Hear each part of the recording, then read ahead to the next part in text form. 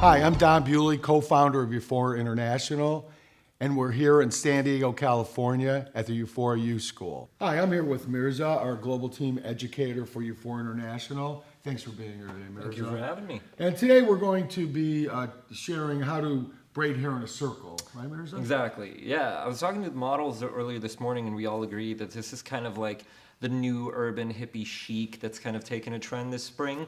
So it's really simple. As you can see on Braid, it's already finished, but it's basically 2 braids that you're going to do, and then you're going to wind them up in a circle right on top of your head. It's super, super simple.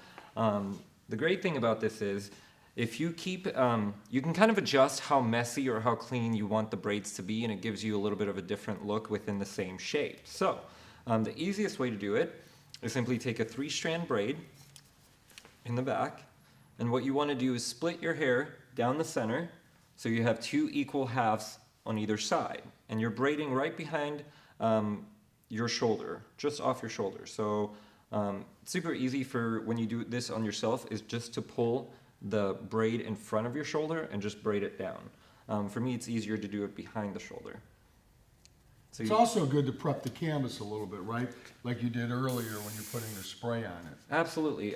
We love to use our Shine Mist over at Euphoria to prep any kind of updos or any hair that's going up. The Shine Mist closes the cuticle, adds lightweight shine, and simply reflects light a little better so that the hair looks healthier and cleaner. Elevate, which Don is holding, is our working hairspray, and what it does basically is it allows you to spray it into the hair, and then you can still move your fingers through it, you can still brush through it, and there's no flaking or residue, but it just gives you kind of a little bit of workability with the hair. So you simply braid it all the way down, and you secure it with an elastic on the ends. You always want to use an elastic when you're doing a braid, just for the ends, to keep them from, to keep the braid from falling out. Now, Mirza, you're saying the elastic. I mean, that's much better than using a rubber band. You know, the rubber band has a tendency to break the hair and damage the hair. So when you're putting this on, you want to look for something that's coated, right? Something that has a little bit of a wax coating on it, absolutely. And that's something you can get at any beauty supply store. It doesn't have to be professional beauty supply, but they do have specific elastics that are gentler on the hair, that won't break it, like Don said, and that can work a little bit easier.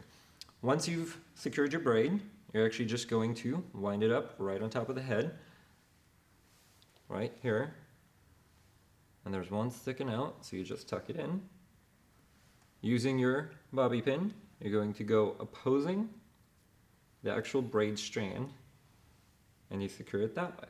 Okay. So why do you go the opposite way? The opposite way, just to give it a little bit of security. If you go in the same way with the hair strand, it has more of a tendency to slip out because of the weight of the braid. And you're also locking the pins in. And you're locking the pins in.